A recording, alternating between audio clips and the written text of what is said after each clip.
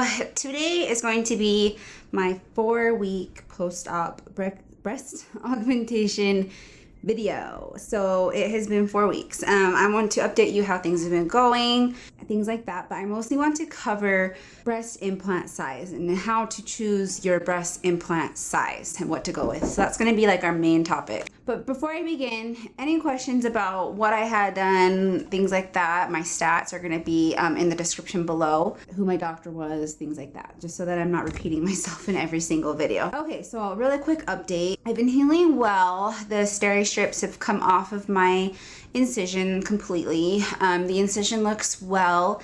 It is raised a little bit right now, but that's normal for a new scar.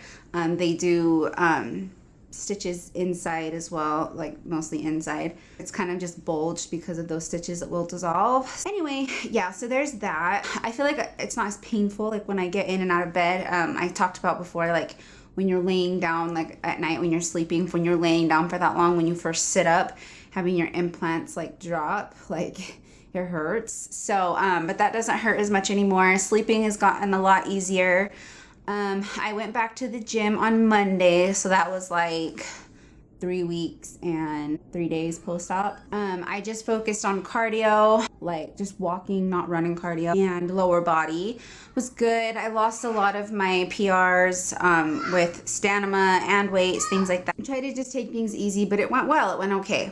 So anyway, that's kind of how I've been doing. Things have been well. My breasts have definitely started dropping and fluffing, but I'm not happy with what they're doing. Now we're gonna hop into choosing your implant size because this is gonna correlate with it. So anyway, so I only had 300 cc's put in, which is really tiny. I'm gonna put in a picture that has all the sizes lined up. It has 300, 450, 600, and 650. And I picked the tiniest one, and I like, why did I do that? Why? Because I was a 34 triple D before. Like, I didn't want a huge implant. I didn't want my boobs to be bigger. I was so concerned about that. And my surgeon, you know, even suggested maybe doing a little bit bigger. I was initially going to do a 250, but my surgeon kind of talked me out of it. But I was like, I don't want it bigger. I don't want it huge. So he finally was just like, okay, it's up to you, whatever.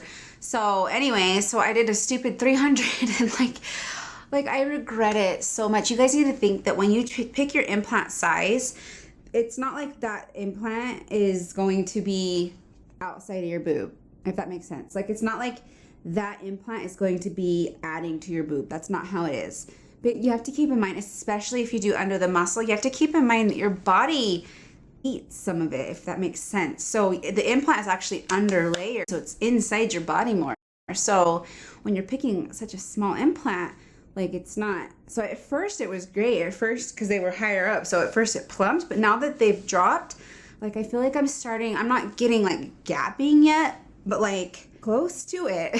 So obviously, like, when I wear a bra, I'm wearing like a tank top on purpose so you can kind of see. Like, I don't want to be too booby with it, but I wanted to kind of show you guys what was going on.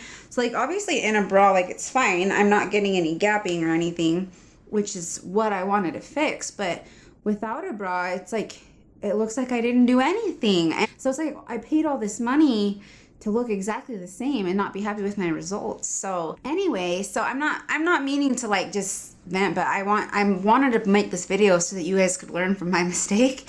I actually had a consultation about getting a bigger implant, and he suggested like a 600, so double what I have. He's like, you could even do like 800, and I was like, whoa, man, like, no. But basically, so this is what I've learned. So I have this little Facebook group, which I keep talking about it in every single video, so I'm sorry if it's getting redundant, but it's so helpful. If you haven't been added, there's a link below and how to be added. Please read all of it. You need to respond to my message when I message you. So anyway, basically, so I'm 5'8", and I'm wider chested. I'm very like, here's my collarbone, here's the top of my boob. I'm very long chested and wide chested. You gotta think, when you are wider chested like this and tall like me, like my body can handle a bigger size. And so basically you need that bigger size. The picture that I put in, you can kind of see that basically they just get wider and wider. But you gotta think they're in your body flat like that, and then they drop in fluff, what basically means they start to like come down, and then your boob will fluff more out. Does that make sense?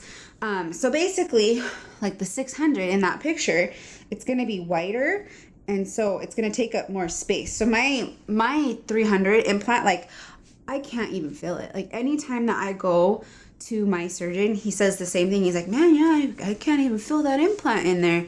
Like it's all me. Like you can't even feel the implant. Like what was the freaking point? It's my mistake. That little tiny 300 is basically just behind all my breast tissue. Like you can't even feel it because of all my breast tissue. But if I were to get the 600, so then I'm going to be getting that upper fullness, which is what I want. Long story short, just make sure you are taking into effect of what size you're getting, how tall you are. The taller you are, the bigger implant you could do because it's proportionate to your body. Even short, the group that I'm in, we have a lot of girls that are like 5'5" and under, and they're getting like 600 cc's. And so it's so different, and it depends on what you had before versus after. Most of these girls were like A's. So putting in a 600 cc implant only takes them up to like a D, which isn't bad. But with me, I was a 34 triple D before. So if I were to put 600s in, I'm going to be a triple D still, probably even a quadruple D. Do you get what I'm saying? So you just have to keep that in mind. But my advice is don't go small. Almost everyone in that group, they call it boob envy in there. Almost everybody wishes they would have went bigger, but everyone's like, oh, I don't want to be too big. I don't want to be too big. And then they pick their implant and then it gets smaller and they're like, oh, like... So go bigger than what you want so that you are happy when you drop in fluff. That's what I'm getting at. So there you have it. I'll show you them a little bit better. And then we'll just kind of go from there. So you can kind of see through this shirt, but I don't really want to get any more revealing than this, but yeah, so here they are again. I had 300 cc saline. They just look like natural boobs. But there you have it. Like they should be like this. Or when you have fake boobies, but mine don't. Like that was literally like, that's all me. There's no implant there. There's the implant. No, just me. There's the implant. Sorry, Mom, if you're watching. I decided I would show you guys just my incisions really quick. Like I said, they are raised, and the stitching is basically inside. So you're seeing the bulging from the stitching as well. But yeah, so this is just normal. So obviously it would be hidden in a normal swimsuit top, and then that's where they're at. I hope this video was helpful, especially if you are picking out your size right now. I hope this helped you and that you don't make my mistake. As usual, give this video a thumbs up if you liked it. It really helps support my channel. I really love you guys and all of your support and positiveness.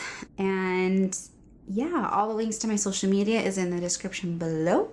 Go ahead and subscribe if you haven't yet so that you don't miss any further updates. And that is all. Until next time. Bye, guys.